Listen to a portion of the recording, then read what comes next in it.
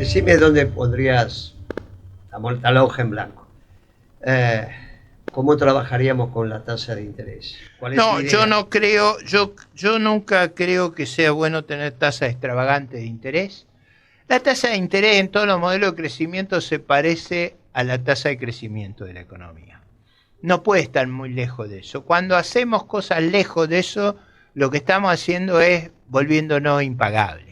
Hoy tenemos en el piso a Ricardo López Murphy, diputado de la Nación, economista, ex ministro de Economía y ex ministro de Defensa. Gracias por venir, No, profesor. un gusto. Gracias por estar, gracias por estar.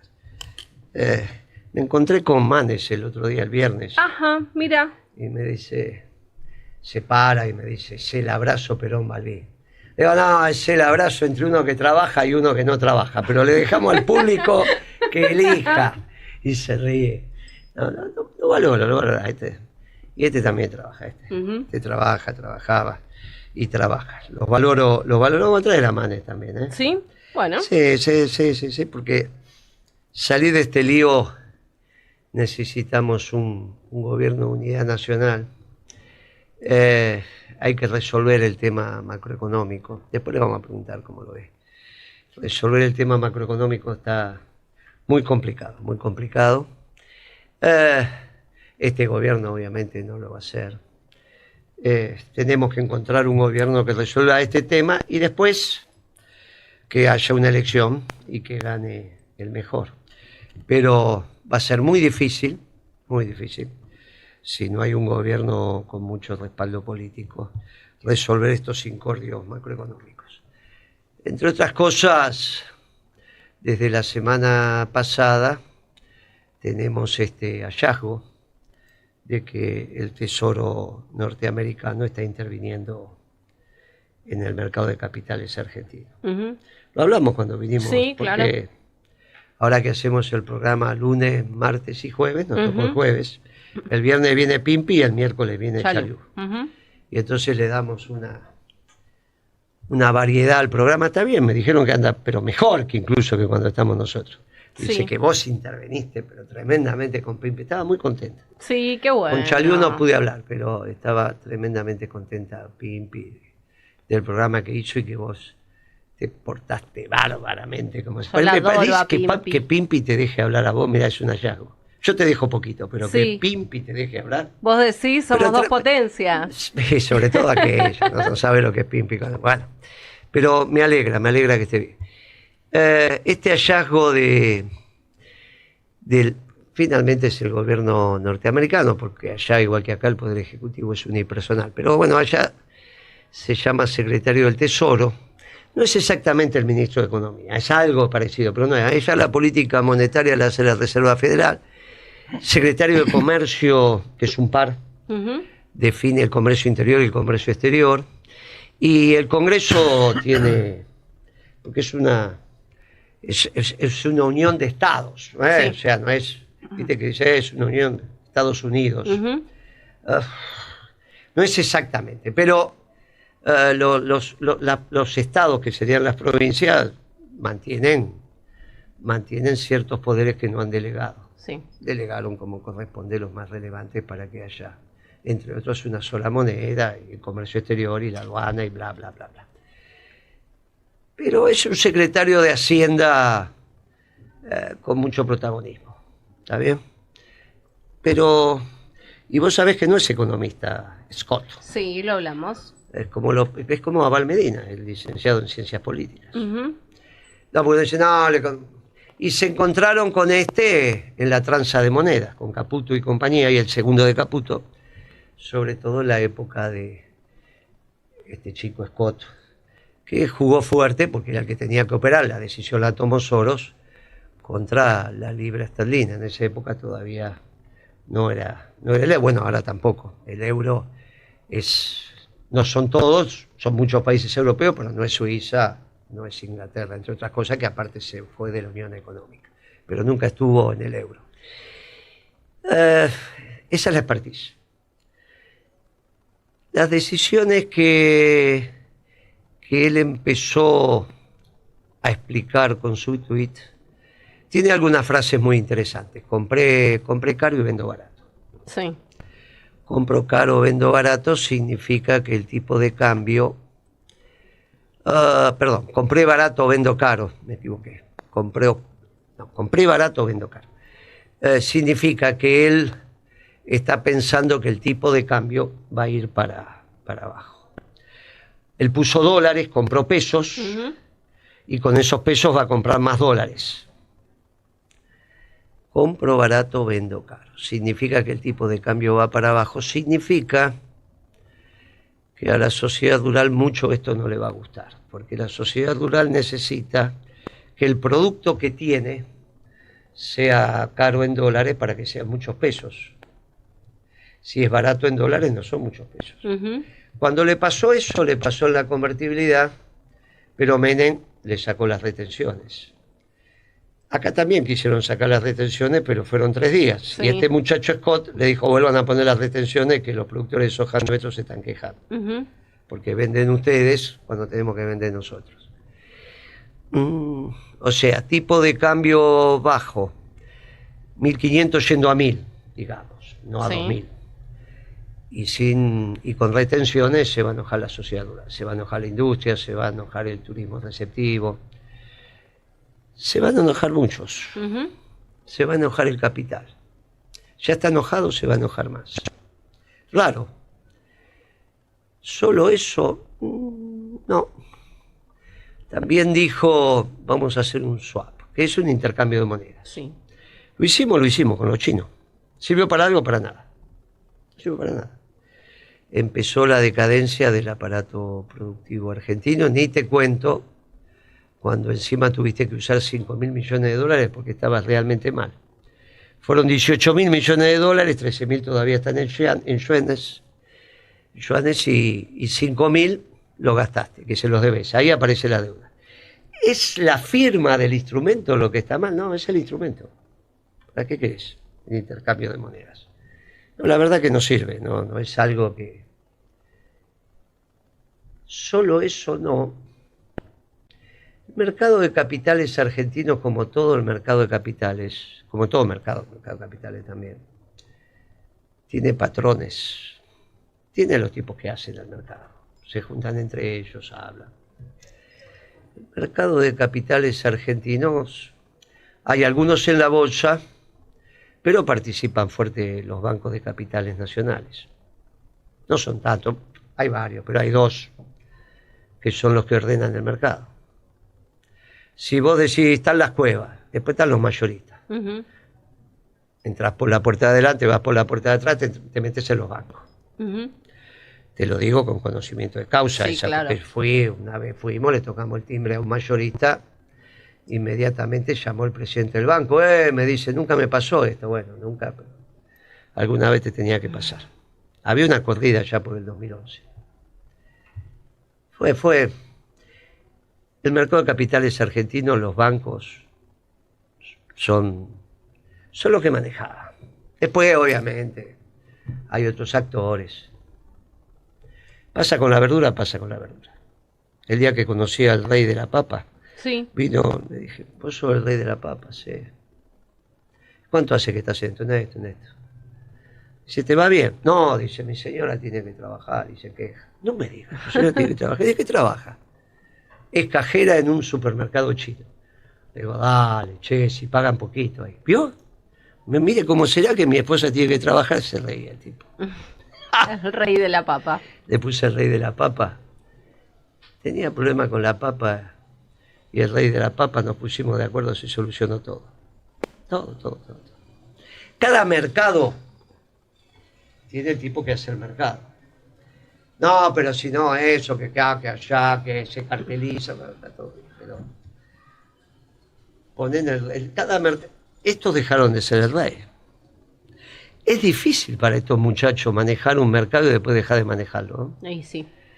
No es fácil que vos te estás acostumbrado a sentarte en la cabecera de la mesa y ahora no te sentás más. No es fácil, ¿eh? Tienen para vivir varias generaciones. Me acuerdo cuando lo conocí a Escasani, tienen para vivir, no es que, ay, ¿de qué voy a vivir? Varias generaciones por delante. Pero, un día Dunequian, te conté eso, Le digo, viejo, ¿qué hace a la hora? Yo entraba a las 4 de la mañana. Sí. Le digo, ¿sos tempranero? Sí, ¿a qué hora querés que vaya? Lo chucié, ahí estaba el tipo, Sí. ¿no? Le digo, viejo, ¿qué hace laburando? Ya vas a llegar a mi edad. Me dice, ¿vos te pensás que se labura por la plata nada más? Me cerró la boca, le dije, viejo, tenés razón. Todavía está dando vuelta por ahí. Sí. Pero es una experiencia de vida. ¿Vos te pensás que se labura por la plata? A mi edad voy a laburar por la plata. Estos muchachos, entonces, tienen dos alternativas, solo dos. O paran para ver, a ver cómo sigue. Paramos y vemos. O me retiro del mercado. Vino otro que es muy grande. Había una película argentina con alguien que cantaba muy bien. Y ella reemplaza a alguien que cantaba muy bien. Era jovencita. Ujú. La película empieza así. A la que cantaba no le daba el alto y aparece la cantante. Sí. Y es la vida de ella. Hasta que el alto no le da y viene la piba. Bueno, es la vida. Sí, claro. Te tenés que retirar. O no. Hay que ver qué hacen estos muchachos. Ya lo veo al mercado de capitales votando al peronismo. Lo veo a la sociedad rural. Lo veo a los muchachos del sistema financiero más todos los demás. Tienen un lío, ¿eh? Tienen un lío. Ahora, en esto también vamos a tener opiniones con el profesor. Porque hace rato que venimos diciendo que se construye un occidente ampliado. Empezó el Papa, siguió Putin, y los norteamericanos volvió Trump, que había iniciado esto en su primera gestión. Y Trump dijo, voy a ir muy rápido, y va yendo muy rápido.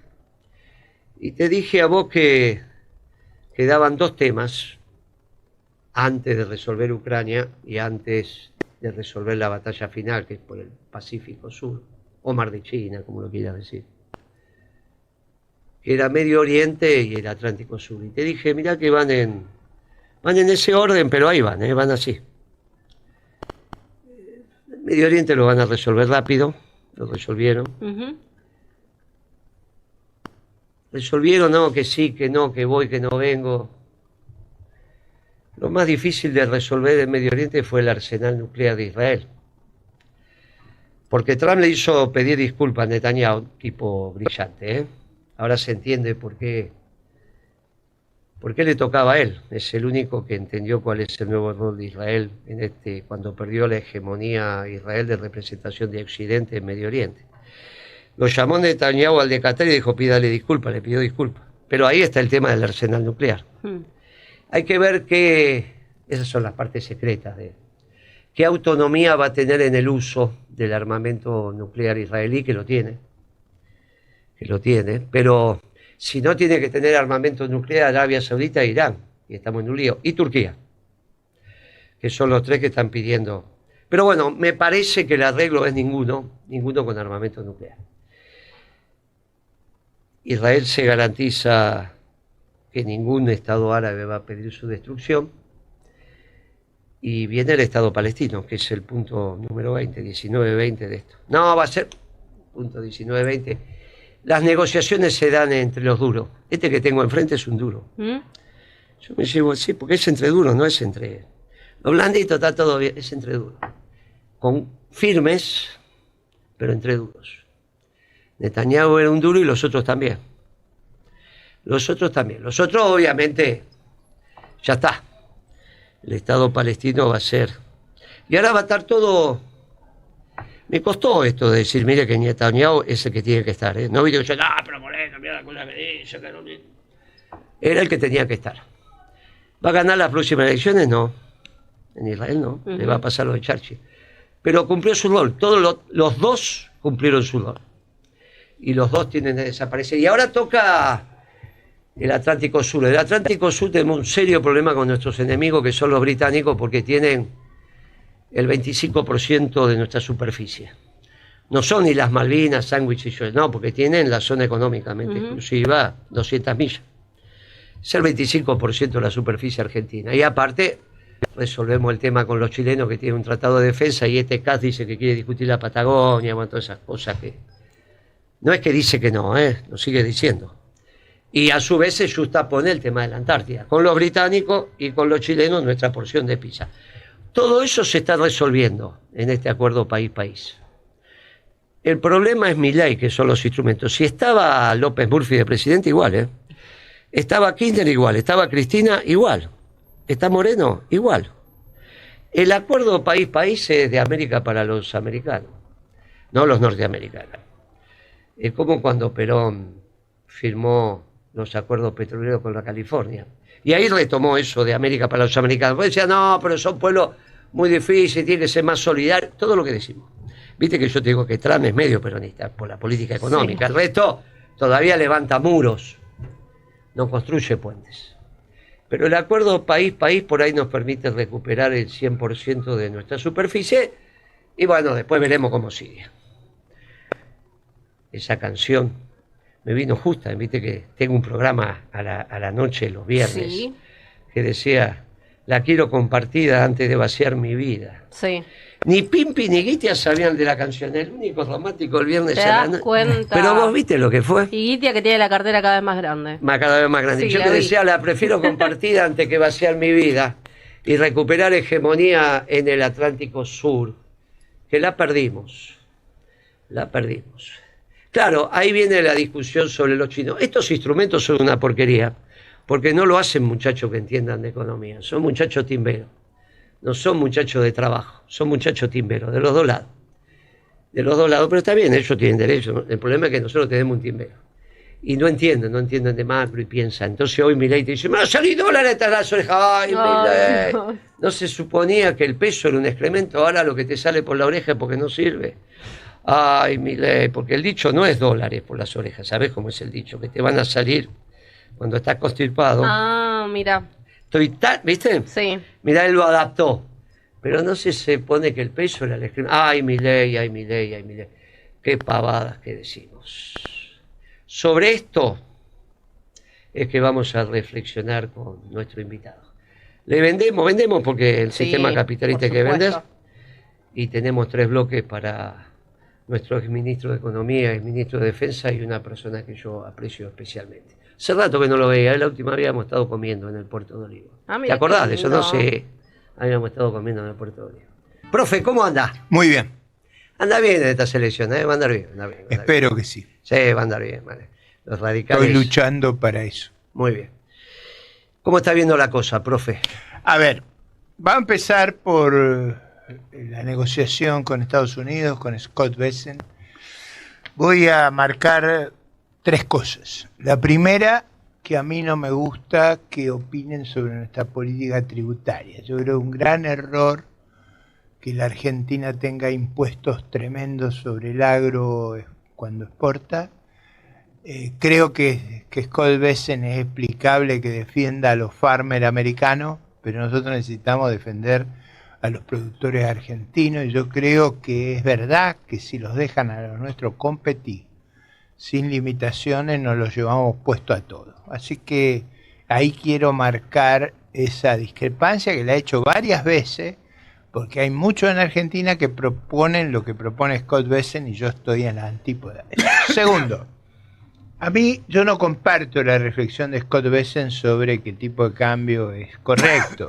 Bueno, nosotros tenemos tipo de cambio muy manipulado por tasas de interés extravagantes, por cepos, y creo que la Argentina necesita un tipo de cambio competitivo, realista. ¿Por qué? Porque ahí se juega el futuro de nuestro turismo, de nuestras exportaciones, de la inversión, del empleo. Y yo priorizo eso sobre los manejos financieros de corto plazo. Y en tercer lugar, quiero decir que si uno tuviera que entender el núcleo de mis propuestas, yo no quiero ser un país mendicante, no quiero auxilios de nadie. Quiero que reganemos el prestigio y la autoridad de estar autónomos financieramente. Y eso se logra con políticas fiscales y monetarias serias, previsibles.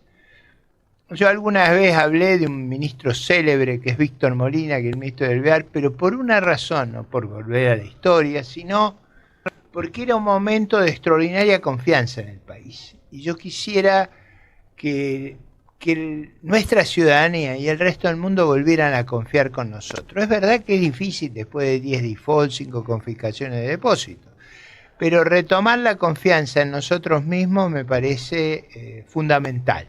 Y digo, lo hago no por cuestiones económicas solamente, lo hago por orgullo nacional. En el fondo, yo soy un nacionalista de fines y valoro mucho la autonomía y la afirmación nacional, y a mí me da vergüenza que andemos con la gorra pidiendo auxilio. Así que yo quiero que quede claro, a mí me molesta tener que estar pidiendo auxilio. Y yo haría políticas para nunca pasar esa vergüenza. Eso es muy esencial. La autoestima es crucial en la vida personal, en la vida de los países. Y yo tengo muy alta la autoestima de mi patria y la mía personal para estar ahí arrastrándome. Así que quiero dejar en claro ese punto.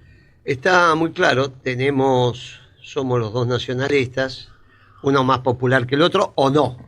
Eso es lo que vamos a no, yo no discuto, yo digo que soy un nacionalista de fines, porque a veces los medios pueden ser discutibles. Lo que no se puede discutir es los fines.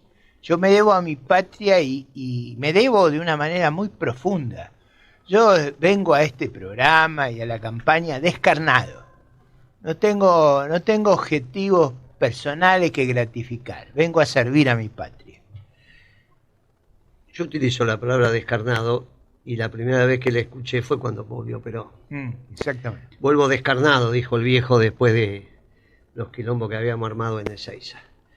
En este caso nos encontramos ahí, primero la patria, después tenemos la diferencia sobre el precio de la comida, pero no es un tema que vamos a plantear hoy, el tema de las retenciones y el aporte que tienen que hacer los dueños del campo en este momento. Pero coincido sobre el tema que cuando se metió con las retenciones en la Argentina casi que fue muy particular, pero no lo volvió a decir. No lo volvió a decir en el último tuit. No es un tema menor, porque yo creo que nuestra cadena agroindustrial, las provincias de Córdoba, Santa Fe, Buenos Aires, Entre Ríos, son muy vigorosas. La capacidad que tenemos ahí es más que la vaca viva es más que la vaca muerta. De eso no hay ninguna duda. Entonces yo digo, no subestimemos ese enorme potencial. Y alguien me dice, pero usted es candidato por la ciudad de Buenos Aires. Sí, pero como diría Sarmiento, yo soy del interior en Buenos Aires y porteño en el interior, soy argentino en todas partes. Y esa es una prioridad nacional, recuperar el vigor de nuestras exportaciones, el empleo, la producción. El país tiene que ser integrado. Si no es integrado, los problemas se reproducen. Gran parte del gran acierto a fines del siglo XIX, principio del siglo XX, es que el país de una manera u otra, con muchas dificultades, saldó esa cuestión de los conflictos. Un país unido es muy importante. Es muy importante, por eso un gobierno de unidad nacional. Se asustaron en Crónica cuando dije, mira, el primer puesto ya está. Sí, lo vi. ¿Lo viste? Sí. Pero el segundo puesto está discutido, entre Milei y todos los muchachos que se están presentando, entre los cuales está Ricardo. ¿Te gustó el rap que te hicieron sobre el peronismo? en la estación estuvo bien. Se asustaron dos veces. Esa la primera y la segunda cuando dije, cuando Esper empieza a hablar, esto termina en Milei, porque a mí Milei, en mi oficina, junto con Giacomini, me dijo que se habían separado de Esper porque sabían que la plata que recibía Esper en el año 19 era plata de dudoso origen. Así que no es que Milei pues decir, yo no sabía, profesor, usted. No, si lo dijiste en mi oficina, Milei. Así que si Esper llega a estar con ese trajecito naranja que ponen en Estados Unidos, sí, pero ya va a empezar a hablar en el avión. Antes de subir el avión ya empieza a hablar. Y esto termina en Milei. Ahí se me miraba. Vos no porque te acostumbraste ya a estas cosas. Pero no, yo la otra me miraba. ¿Cómo anda la campaña en Capital, profe? ¿Cómo anda? No, bien. Yo creo que yo no tengo los medios que tienen tanto el gobierno como el gobierno nacional, como el justicialismo, pero yo creo que nosotros tenemos una gran identidad con la ciudad de Buenos Aires. Recorremos mucho los barrios, yo hago una campaña muy tradicional, camino mucho las calles, me encuentro con la gente, voy a todos los medios, es decir, hoy, esta es la cuarta radio que estoy hoy, estuve en Colonia, en Esplendid, en Rivadavia y ahora en Del Plata.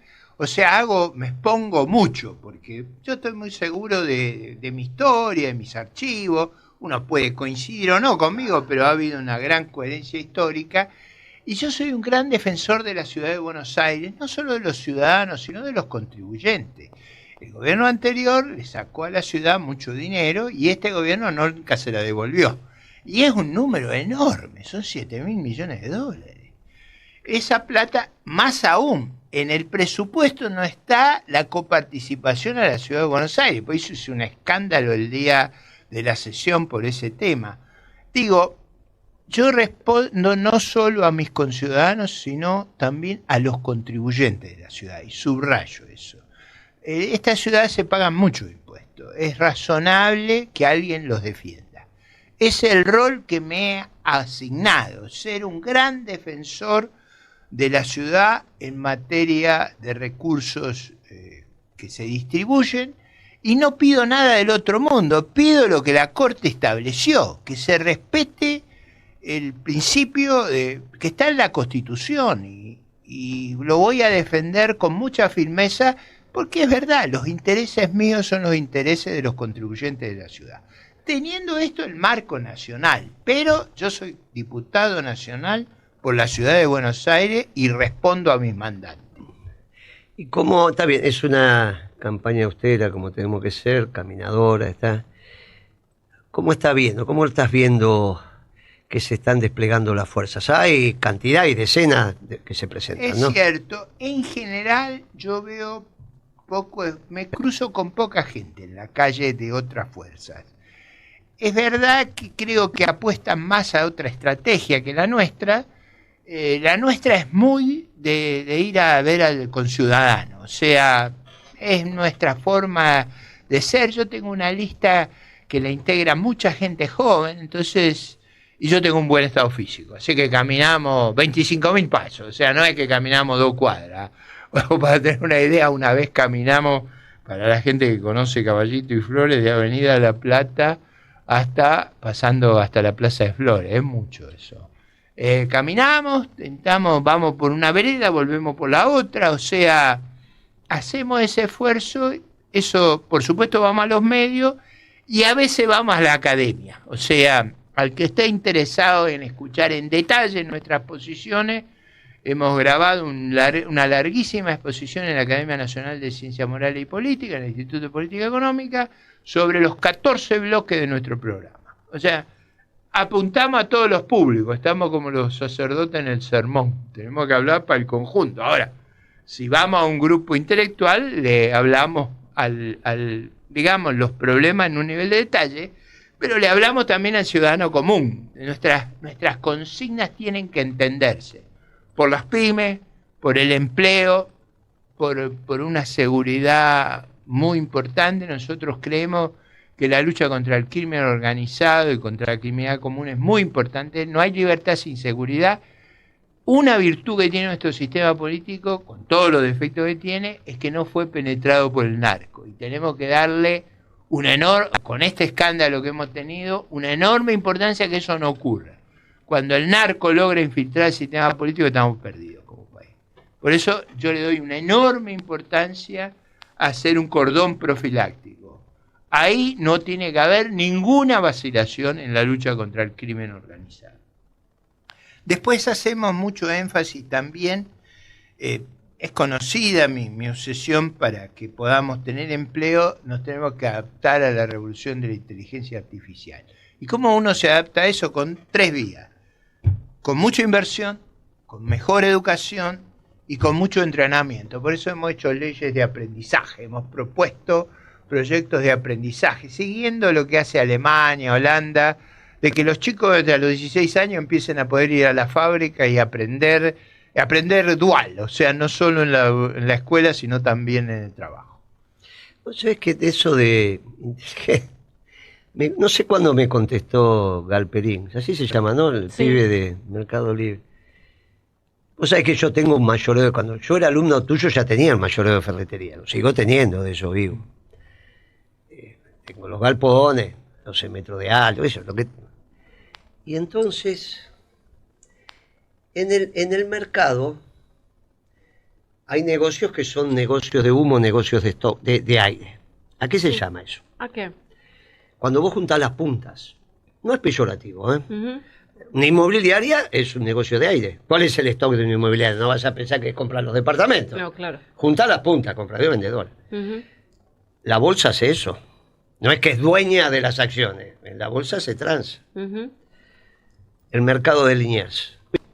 Bueno, ahora se llama Cañuelas. Los consignatarios. Sí. Juntan las puntas. Pero aparte la publicidad es esa, juntar las puntas. Entonces, el productor te manda a los animales, vos los rematás, cobrás y le das ¿a quién se lo vende? Al que quiera, al consumero, al exportador. En la economía hay muchos negocios de aire, o de humo, así se llama, que juntan las puntas, son los comisionistas. Después tenés comisiones. Este chico Galperín, que sabe lo que sabe, a mí nunca me dieron, me lo tuve que comprar yo donde estoy, con mi trabajo, y empecé de la nada. A él le dieron un terreno extraordinario en el mercado central, que yo iba a ser el anexo del puerto de Buenos Aires.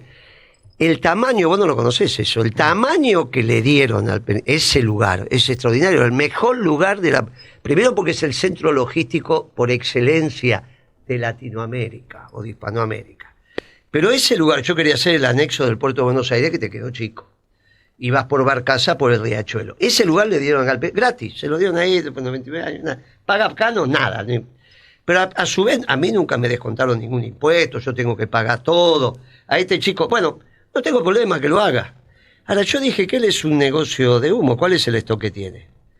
Y en vez de explicarme cuál es el stock que tiene, dice que no entiendo la inteligencia artificial.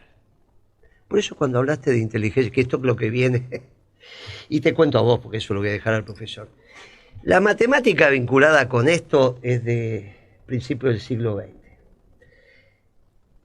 El lenguaje es de principios del siglo XX. Y ayer salió un artículo de Terraño, buen pibe Terraño, es esos tipos que vos también lo tenés que... en Clarín, donde decía, bueno, yo en el año 85, ¿te acordás que hizo Argentina del siglo XXI? Y entonces decía, esto es lo que yo escribí en el 85, y esto es lo que está pasando ahora, o sea, 40 años después. Sí. Bueno, alguna de las cositas tenía que ver con esto. No es que... tiene un lío en la cabeza este chico. ¿Y sabes qué es lo que me parece? Primero que explicar, Galperín, si tenés esto que no tenés, porque si no lo que haces es juntar la punta. En tu negocio llega el fabricante, el mayorista, le pone la mercadería y vos se la entregás a la otra punta. En el medio te quedás con una comisión extraordinaria, que es mucho más que el 30%. Cuando ves. Después haces todo lo que sé, desarrollaste, todo lo que quieras. Pero stock no tenés nada. Ay, Galperín, vos sí que te gusta hablar con Milei porque los engañás tan fácil. Pero el problema que tiene es que no estudió cibernética. Mi generación es de las últimas que estudió cibernética, que tenía que ver con el hard y con el soft al mismo tiempo.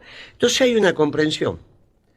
Vos sabés que a veces le preguntás a los ingenieros electrónicos ¿por qué es la memoria? Y te empiezan la memoria RAM, la memoria... No me cuentes esto, contame qué pasa, por qué hay una memoria. ¿Por qué yo apago esto y de repente... decime cómo funciona. Y se te queda mirando, y no sabe. Y no saben. Ahí en la UADE tuvimos una mano, año 82. Claro, te enseñaban hard y te enseñaban soft. Después el soft avanzó. Y la inteligencia artificial, llegamos a esto, que se llama inteligencia artificial, obviamente que no es inteligencia, pero tiene mucho que ver. Y guardan datos, y buscan, y está a una velocidad extraordinaria. Porque claro, no hay resistencia, ya hay muy poca resistencia, porque lo que cambió es la resistencia de los materiales. Y la resistencia de los materiales te la dan las tierras raras, que no es tierra, es lo raro que está en esas tierras, por eso se llama... Ay, Galperín, qué manera de decir tontería. Hiciste un negocio, no te estoy diciendo que no. Aprovechaste muchas cosas, pero no me contestaste si tenés stock o no tenés stock. Y si no tenés stock, el que no tiene stock, el negocio es de humo en el comercio. En el comercio y en la industria. Si no tenés stock, juntá las puntas. Y si juntás las puntas, te felicito, pero es negocio de humo. Primera cuestión de la conversación anterior es el puerto de Buenos Aires. Yo creo que le devuelvan a la ciudad de Buenos Aires el puerto, que le devuelvan al IGJ. que le devuelvan la justicia, que le devuelvan el servicio penitenciario. En el fondo, estoy proponiendo reemplazar la ley Cafiero, que fue la ley después de la constituyente. Yo estoy proponiendo, pero eso me lleva a una discusión muy larga, pero digo, para la audiencia, yo quiero que la ciudad de Buenos Aires sea un estado federal muy similar al resto de las provincias. Ese es el concepto que quiero transmitir. Segunda cuestión, la inteligencia artificial. Yo quiero acá señalar tres cosas. Primero, no hay que enojarse con los cambios tecnológicos. Mucho en el mundo, hoy los premios Nobel de hoy de economía me dieron la razón. O sea, pero no digo que son los premios Nobel, digo que me dieron la razón en términos de la destrucción creadora, de la importancia de la innovación, de la importancia de ligar ciencia y técnica. Yo creo que lo de hoy es formidable leerlo. Estoy de acuerdo con vos. Eso es formidable, y ahí hay una vía. Argentina es el único país latinoamericano que tiene 3 premios Nobel en ciencia. Vos sabés que me llamó la atención la edad de los muchachos, y cuando leí lo poco que leí, estoy totalmente de acuerdo con vos. Es el documento que sacó la Academia de Ciencias. Si alguien no lo ha leído, son como 50 páginas. Pero sugiero su lectura porque uno aprende un montón de teoría del crecimiento económico, teoría del desarrollo económico. Los 3 autores van a ese tema y a tratar de explicar por qué el mundo crece tan rápido y ha progresado tanto. Pero quiero ir a la inteligencia artificial. Explícalo un minuto, tenés tiempo, tenés 8 minutos más. Ok, el mundo no creció muy poco hasta 1800, y a partir de ahí, está en el gráfico de la Academia, crece sistemáticamente a un ritmo extraordinario. O sea, lo más importante que yo creo de la experiencia mundial es que el crecimiento se concentra sobre todo en los más atrasados, en India y China. Y eso es muy importante, o sea, los países que más han progresado son los países más populosos y más pobres. Y ahí hay algo que es muy importante para la estrategia argentina. Ambos gigantes son muy complementarios de nosotros. Estados Unidos es muy sustitutivo a nosotros. La matriz productiva de Estados Unidos tiene mucho que ver con la nuestra. China e India no tienen que ver con nosotros. Son muy complementarios, es una cosa muy estratégica lo que estoy diciendo, y hay que tener mucha lucidez para ver ese problema. Vamos a la inteligencia artificial, que me parece muy importante. Pero digo, del tema anterior, sugiero fuertemente la Academia, cuando presenta los premios Nobel, agrega un apéndice sobre por qué dio el premio, son como 50 páginas. Justifica. Es extraordinario el documento que han sacado, extraordinario. Ahora vamos a la inteligencia artificial. 3 cosas quiero decir. Primero, no hay conflicto entre el progreso y el empleo. El progreso en la agricultura, 95% se empleaba en la agricultura a fin del siglo XIX, ahora se emplea el 1%. Esa revolución fue más desafiante que la de la inteligencia artificial. Segundo, la inteligencia artificial requiere energía, requiere cobre, requiere litio, requiere muchas de las cosas que nosotros tenemos. O sea, hay pocos países que tienen los recursos naturales, y tenemos el clima. La meseta patagónica es ideal para todos estos centros, este anuncio que se hizo. La Patagonia coincide la tenencia de energía, la disposición de energía y un clima frío, porque estos centros, las computadoras se calientan mucho, necesitan una temperatura ambiental como la de nuestras mesetas patagónicas, que además tenemos esa zona deshabitada, o sea, no es un lugar que tuviéramos gente porque no tenían capacidades productivas. Así que es enormemente, es una oportunidad inmensa para Argentina y hay que saberla tomar. Hoy, Carlos Regazzoni, un médico que fue director de PAMI, publica un documento que invito a leer sobre inteligencia artificial y salud.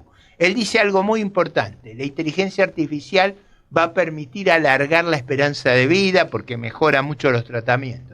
Y él dice, tenemos que reformar la seguridad social, la salud, etcétera, porque si la gente va a vivir 15 o 20 años más, los sistemas de seguridad social se tienen que adaptar a la esperanza de vida. Digo, lo dice en un ambiente de gran expectativa. Yo, al revés del resto, yo soy muy esperanzado. A ver, Guillermo, yo creo que la Argentina tiene una inmensa oportunidad. No es todo ese pesimismo que hay. Estamos lejos de los escenarios bélicos. Tenemos el mejor acuerdo atómico con Brasil de salirnos del escenario bélico. no tenemos conflictos raciales, no tenemos conflictos religiosos.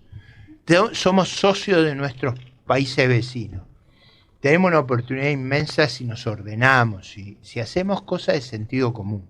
Yo no pido cosas raras, yo creo que el preámbulo de nuestra Constitución, cuando Alberdi y Juan María Gutiérrez lo escriben, dicen una cosa muy importante: contribuir a la unión nacional, afianzar la justicia, consolidar la paz interior y asegurar los beneficios de la libertad. Y hacen algo que choca, pero que a mí me parece muy bien: invocamos a Dios, fuente de toda razón y justicia. Esa es nuestra historia, a esa es la que vengo a reivindicar, y por ese programa yo soy candidato. Por el programa de la concordia, de la unión nacional, de la Constitución nacional, por respetar nuestras instituciones y por hacer de la integridad y de la buena conducta un patrón vital en la vida política argentina. ¿Sabes qué falta? Porque me dice, che, ¿por qué siempre sugerí que López Murphy sea presidente del Banco Central? Y he hablado con él, yo alguna vez, hace mucho que no hablo. A ver, suponete que te piden que seas presidente del Banco Central y te dan libertad para trabajar, obviamente, ¿no? De eso estamos hablando. Si no, ni siquiera nos ponemos la camiseta para levantarnos, si no tenés libertad. Somos de esa generación donde de verdad es el libre albedrío entre nosotros, disciplinados, pero siempre de acuerdo a las convicciones. ¿Cómo sería tu política monetaria? Yo creo que, olvidémonos de la posibilidad de que haga yo no me olvido, desempeñe esa responsabilidad. Yo nunca me he negado a nada que mi patria me ha demandado. Eso todo el mundo sabe, que si mi patria lo necesita, dispone de mí. Pero yo tendría una cosa muy clara. Yo no habría cepo, no habría eso. Flotaríamos, compraríamos dólares todos los días, no venderían ni timbiarían los términos. Las timbas se acaban, ¿sí?, en el Banco Central, y no le daría apoyo a la tesorería. Yo haría algo como hacen los peruanos. Los peruanos han tenido los presidentes en la cárcel. Acaban de sacar al presidente, en Perú no se mueve nada. El presidente del Banco Central hace 20 años que está. Es un personaje. Lo mismo cuando se hace la transición en Chile del gobierno militar a la democracia. En lo que se ponen de acuerdo es en la presidencia del Banco Central, que se la dan a Andrés Bianchi, que era el economista jefe de CEPAL. Decime dónde pondrías la hoja en blanco. ¿Cómo trabajaríamos con la tasa de interés? No, yo no creo, yo nunca creo que sea bueno tener tasas extravagantes de interés. La tasa de interés en todos los modelos de crecimiento se parece a la tasa de crecimiento de la economía. No puede estar muy lejos de eso. Cuando hacemos cosas lejos de eso, lo que estamos haciendo es volviéndonos impagables. Por eso yo sería muy disciplinado. Alguna vez dije que yo quería, lo dije en la campaña del 23, que yo quería que adoptáramos el programa de responsabilidad fiscal de Ricardo Lagos. Ricardo Lagos en el 2000 dijo, Chile tiene que tener un superávit de 1,5. Y lo dije con cierta astucia. Valdés, el que había ideado eso para Ricardo Lagos, era el director del hemisferio occidental. Yo creo que el presidente Milei cometió un inmenso error al descalificarlo a Valdés porque había sido ministro de Bachelet. Ese fue un enorme error. Valdés era un gran funcionario. Ahora, el que está a cargo es un hombre muy preparado, pero era muy importante que reconociéramos no solo la aptitud técnica de Valdés, sino esa idea que tuvo de reglas fiscales permanentes. Fue lo que hizo Fernando Enrique Cardoso, que después el gobierno que lo siguió lo respetó. Todo el tiempo. Vos sabés que ese Lago fue el que planteó la invasión en la Argentina cuando me tocó cortarle el gas. Lo que quedó en su memoria, pero viste que los chilenos son queridos y a veces hacen estas cosas. Pero bueno, nos tocan estas cosas. Vos te tocó ser ministro de Defensa también. Yo tengo una idea, no sé si tengo tiempo. Y ahora va a entrar Chiche en cualquier momento. Bueno, pero va muy rápido. Yo creo que el mundo celebra la paz en el Medio Oriente. Una cosa muy importante es que para estabilizar la paz hay que tener una fuerza multinacional. Yo he propuesto públicamente que esa fuerza, por supuesto, 3/4 va a tener que ser árabe, 1/4 debería ser sudamericana. Con Brasil, con Uruguay, con Chile, con Argentina, tenemos la experiencia, la preparación y somos pueblos que no tenemos conflictos raciales o religiosos, convivimos con todos.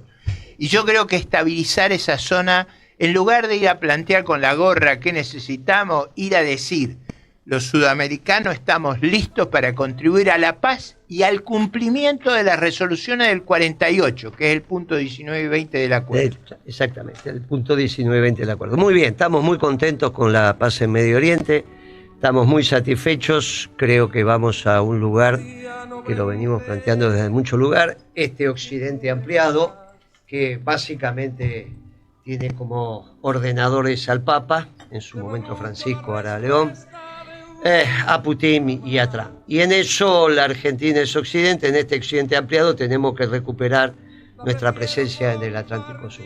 Te agradezco mucho, cuando puedas nos damos una vuelta, te va a ir bien en la elección. Te vas a llevar unos cuantos votos, porque lo que están discutiendo ahora es quién sale segundo.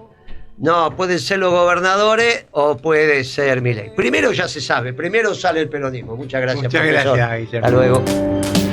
Muchas gracias por ver el video hasta el final. Si llegaste hasta acá es porque te interesa lo que está pasando en el país y no te comes el verso de los grandes medios. Este canal es un espacio de resistencia, de conciencia y de verdad. Acá vas a encontrar noticias, análisis político y actualidad contada desde el lado del pueblo. No soy neutral, estoy del lado de los que luchan, de los que sufren y de los que no tienen voz. ¿Te gustó este contenido? Te invito a que te suscribas, que dejes tu like y comentá lo que pensás. Entre todos vamos a construir un canal que no se calla y no se vende. Gracias por formar parte de La Voz del Pueblo Argentino. Nos vemos en el próximo video.